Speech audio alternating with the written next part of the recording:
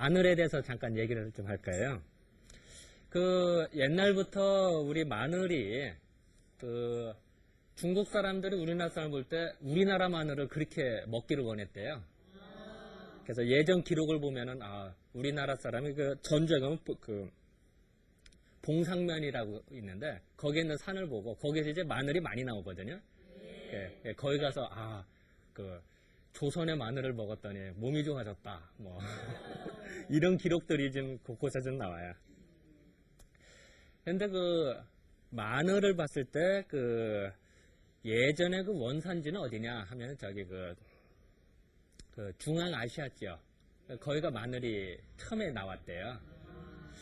근데 그 마늘을 그 우리나라는 언제부터 있었을까 이런 게 좀 궁금해지잖아요. 그 이제 중국에 보면은 중국에 이제 그 초나라 한나라가 한번 대판 싸우죠. 예전에 그러니까 진시황이 이제 그 춘추 전국 시대 때 통일을 한번 하고 그다음에 이제 진시황이 이제 그 죽고 나서 그 2세 황제가 제대로 정치를 못하는 바람에 이제 나라가 무너지고 초나라 한나라. 그래서 초나라 한나라 싸움하는 게 장기판이잖아요. 그래서 이제 한나라가 이제 이기죠. 한나라 유방이. 이제 그러고선 그 후손들이 이제 중국이 통일이 되니까 힘이 강력해지니까 이제 힘이 강력해지면 외부로 힘을 더 쏟게 돼 있거든요. 그래서 이제 중앙아시아 지역을 진격을 해요. 그래서 그 당시에 이제 비단길이라고 처음 열리죠. 동쪽과 서쪽이 연결이 되는 거예요. 그래서 그때 이제 한무제 때 이제 장건이라는 장군이 있었대요. 그 장군이 이제 중앙아시아 지역을 진격을 한 거죠. 그래서 거기서 이제 마늘을 처음 가져와요. 그러니까 그리고 그 한무제 때 우리나라도 또 침범을 해요. 침공을 해요. 그래서 우리나라 그 고조선을 멸망시키고 한사군을 설치를 해요. 이제 낭랑, 인번 뭐 이렇게 우리 국사 시간에 많이 배운 거죠. 그래서 아마도 그 당시에 마늘이 처음 중국에 들어왔고 그 들어온 마늘이 이제 우리나라에 수입되지 않았을까 한사군 때 이렇게 이제 추정을 해요. 그런데 그 예전에 마늘을 한문으로 쓰면요 이렇게 써요. 이게 마늘 산자래요. 지금 이제 사전을 찾아보면은 마늘 산자라고 나오는데 옛날에 처음에는 요 산자가 옛날에는 달래 산자래요. 그러니까 마늘이 수입되기 전에 그러니까 마늘이 한나라 때 들어왔다고 그랬죠. 중앙아시아 지역을 통해서 그 이전에도 산이라는 단어가 있었어요. 그때는 달래를 의미했죠. 근데 마늘하고 달래를 보면 어때? 마늘은 크고 달래는 작죠.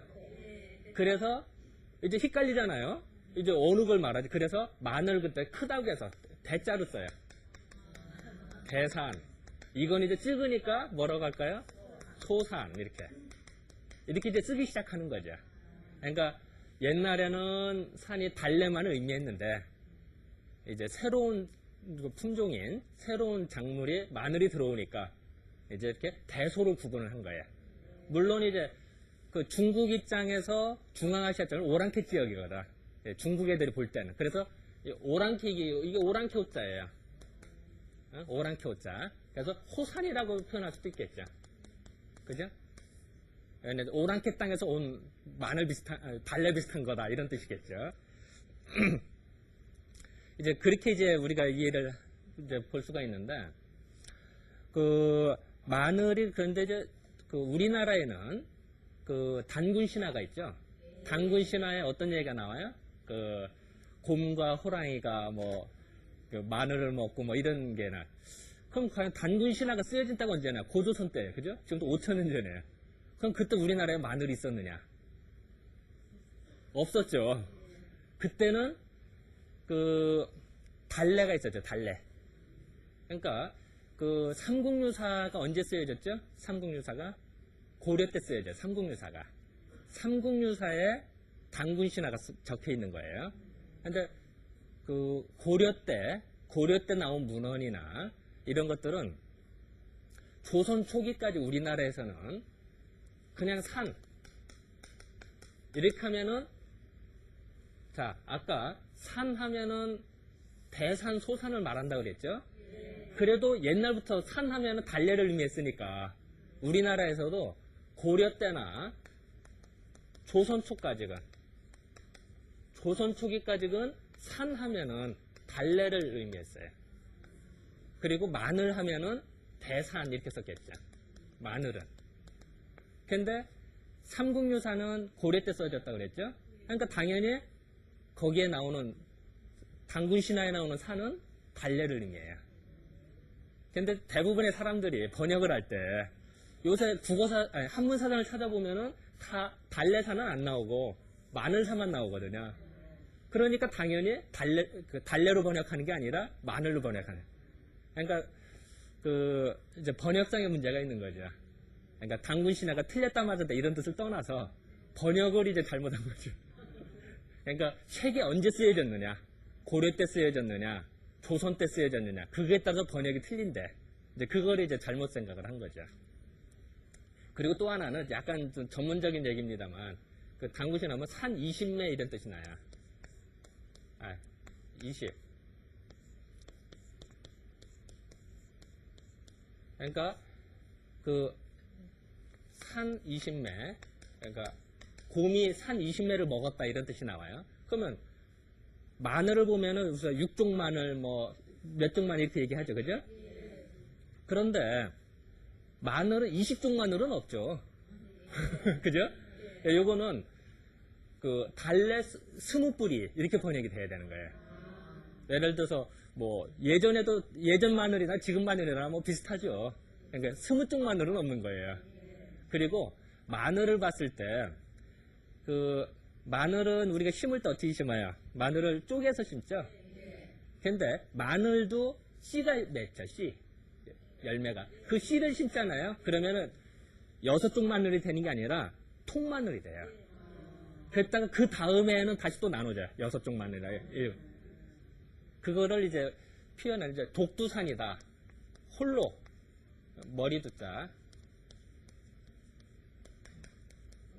잠깐 뭐 빨리 쓰느라. 그러니까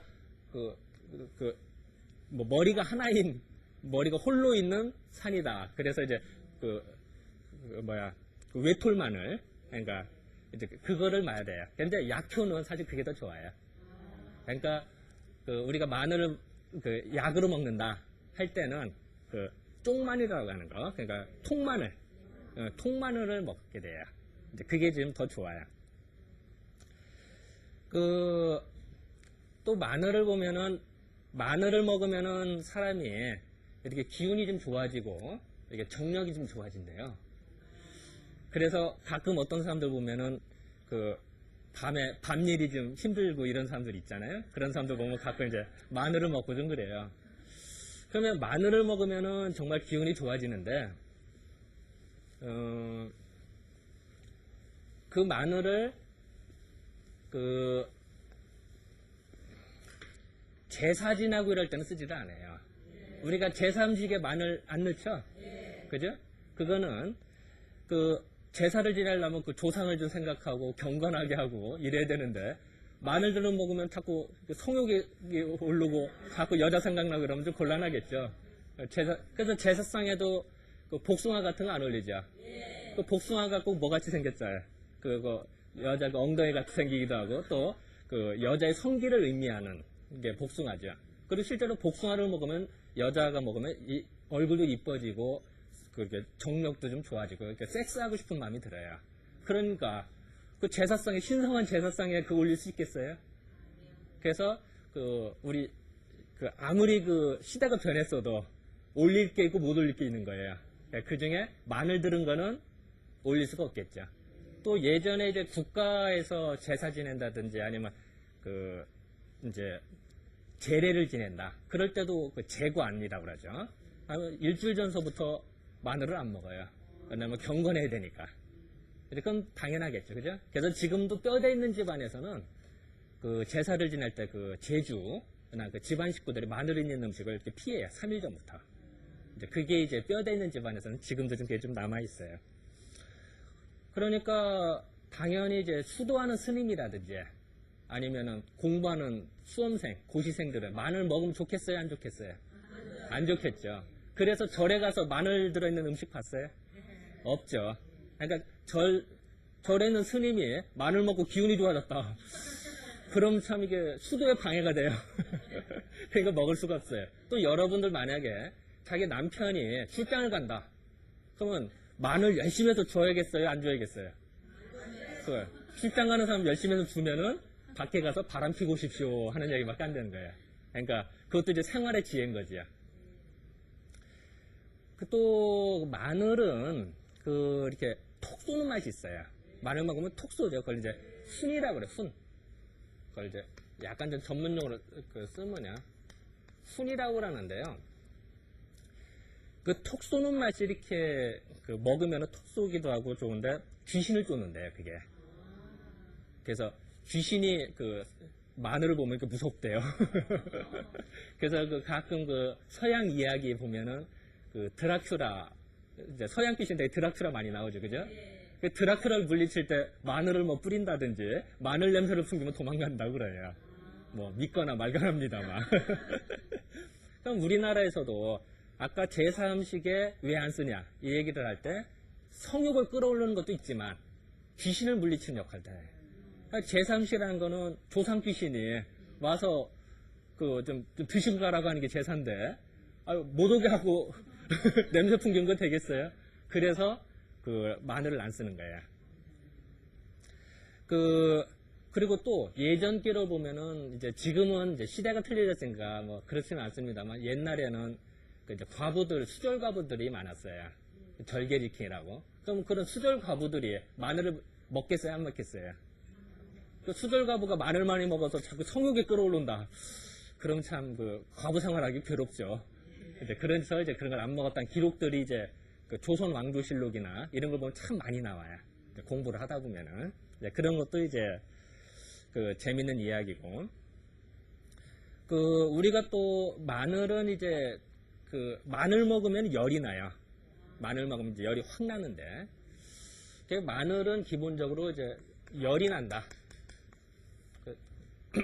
그리고 톡 쏘는 맛이 있다. 이런 특징이 있는데 열이 나니까 우리가 사상의학적으로 말하면은 배추 있잖아요. 날배추를 먹으면은 속이 안 좋다는 사람이 있어요. 그러니까 우리 사상의학적으로 말하면 이제 소음인들이 되게 이제 속이 좀 손발 차갑고 배도 차갑고 이런 사람들이 많아요. 근데 속이 차가운 사람들이 이 배추는 서늘하고 배추국 먹으면은 시원해요. 배추국 먹고 뜨겁다는 사람이 없어요. 시원하다 그래. 또 조개국도 어때요? 참 희한하죠. 뜨거운 거 먹으면서 우리는 시원하다 그래.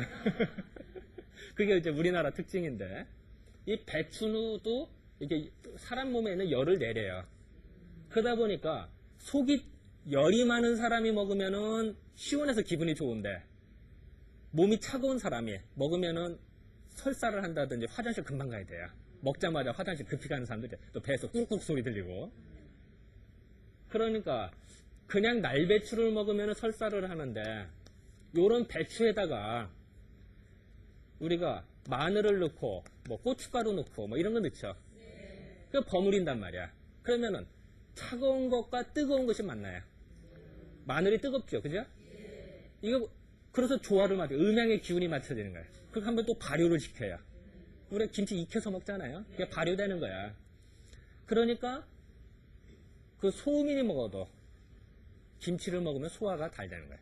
배추를 먹으면은 설사를 하는데 김치를 먹으면은 괜찮은 거겠죠. 이게 우리나라의 이제 능력이죠. 그것도 전 세계에서 마늘을 우리가 제일 많이 먹어요. 마늘을. 그러니까 참 이제 우리는 식생활에서 이런 지혜들이 참 많이 발달이 됐다. 이제 이런 거를 의미하는 거죠. 또 마찬가지로 이제 이 마늘이 어떤 역할을 해주냐면은 항생제 역할을 해요. 항생제. 우리 이제 어디 곱는다 이러면 항생제 쓰죠. 1세대 항생제가 마늘이에요. 이제 1세대, 2세대, 3세대 쭉 나왔는데 지금 4세대까지 나왔나? 그런데 초기 마늘이다. 양방적으로도 말하면 이제 설사, 장염에 걸렸다든지 그러면은 마늘을 먹으면 설사가 멈춰요. 그래서 우리 사상의학에서 소음인들이 이질설사로 해서 막 설사 작작하잖아요. 그러면은 마늘을 먹으면은 이제 속이 설사가 멈추는 이런 역할을 좀 해줘요. 그러니까 우리가 회 먹고 이럴 때 마늘 먹죠? 왜 그럴까? 회가 차가울까요? 뜨거울까요? 회는 차갑죠. 그래서 속 차가운 사람들 회 먹고 설사 작하는 사람도 많아요. 먹을 때는 좋아도. 그러니까 마늘을 곁들여 먹는 이유가 차가운 걸 먹으니까 따뜻한 마늘을 곁들여서 먹는. 그리고 또 마늘은 항생제 역할을 하니까 혹시 회를 먹다가 회도 혹시 상할 수도 있고 고기가 약간 그럴 수도 있잖아요. 혹시 상했을까봐 예방하는 의미도 있겠죠. 그죠? 항생제 역할을 하니까. 그래서 그런 면에서도 우리가 식생활에서 응용을 하는 거예요. 또 고기 비린내도 없애줘요. 마늘이. 그래서 음식할 때도 이렇게 마늘 넣으면 비린내 없어져 좋아지는 게 이제 그런 걸 역할을 해줘요. 또 하나 재밌는 거는요. 이 마늘이 마늘에서 추출한 게 뭐냐면 우리 가끔 양약 아로나민골도 있어요. 가끔 선전하죠. 뭐 이상하게 약 선전하는 게 아니라 아로나민골드가 마늘에서 추출한 거예요. 그러니까 어느 때 먹냐면은 옛날 사람들 중에 우리가 쌀을 도정을 할 때 쌀을 백미로 만들잖아요. 도정을 많이 하면은 비타민 B1이 파괴가 돼요. 그러니까 쌀 껍질이 이게 많은데 이게 벗겨져요. 그러니까 현미를 먹으라는 의미는 이걸 보충하는 거예요. 백미를 먹으면은 비타민 B1이 많이 파괴가 되고 섭취를 못 하거든요. 이게 부족하면 각기병이 걸려요. 그리고 이제 삭신도 쑤시게 되고 다리도 아프고. 그러니까 이 마늘을 먹어주면은 그게 없어지겠죠. 그래서 이제 사용하는 거예요. 이런 것도 이제 생활에 좀 지혜다. 그리고 이제 또 하나 재밌는 거는 이제 마늘을 우리 예전에는 어떻게 표현했을까 이런 표현도 좀 재밌을 것 같아서 잠깐 소개를 좀 해드리면요. 내가 잠깐 쓸게요. 향약 구국방이라는 책이 있는데 이렇게 표현이 됐어요. 요게 뭐냐면은 이게 망치맛자래요. 망치맛자. 그러니까 우리나라 글자예요. 이런 걸 이제 국자라 그래. 한문하면은 흔히 중국에서 다 만들었다고 생각하는데 그렇지 않아요. 우리가 만든 한자도 많아요. 요것이 이제 우리나라 국자고 요거는 너여자예요. 너여자. 순몽자면 이렇게 이제 세모로 이렇게 쓰고 그리고 요거는 이제 새을이죠. 새을자잖아요. 그죠? 새을자. 그러면은 요 마하고 요 여하고 리을하고 말하면 어떻게 될까요? 여기 아니라 요거 너하고 요게 아니라 그러면 너 리을 하면 만월 이렇게 되겠죠. 이게 이두문자래요. 그러니까 한문할 때 음과 훈 요거는 망치맞자니까 말을 이용하고 여기는 너였자니까 너를 쓰고 이건 이제 리을 받침 쓰고 그래서 만을 이렇게 썼대요. 그러니까 이건 이제 고려 때 쓰여진 거니까 그때는 한글이 없었거든. 한글이 없었으니까 할 수 없이 이렇게 이제 표현을 한 거죠 우리가. 이런 것도 이제 좀 재밌을 것 같아서 잠깐 소개를 좀 해드려요. 이제 물론 이제 세종대왕님께서 훈민정음을 창제하신다면은 이제 이렇게 쓰죠. 날 이렇게 이제 쓰게 되죠. 그래서 어쨌든 이번 주 시간에는 마늘이 정력에도 좋고 이게 기운이 좋은데 너무 뜨거워요. 그러니까 열이 많은 사람은 좋겠어요, 안 좋겠어요? 안 좋겠죠. 몸이 차가운 사람한테는 좋은데 그리고 음식을 중화를 시켜준다. 이제 그거를 이제 이해를 하시면 이제 마늘에 대해서 이해가. 그래서 마늘을 너무 많이 먹는 것도 안 좋겠죠. 또 그렇다고 너무 안 먹어도 안 좋을 거. 뭐든지 적당한 게 좋아요. 우스갯소리를 하면요. 여러분들도 뽀뽀를 해도 가끔가다 하면 참 기분도 좋고 좋은데 하루 종일 뽀뽀해봐요. 입 아파서 못해요. 뭐든지 적당한 게 좋은 거다. 이제 그것이 이제 우리 사상에서 말하는 균형정신이라고 생각하면 될 것 같아요. 자, 어쨌든 이번 시간에는 이 정도로 정리를 해서 좀 마무리 좀 할까 합니다. 자, 그럼 감사합니다.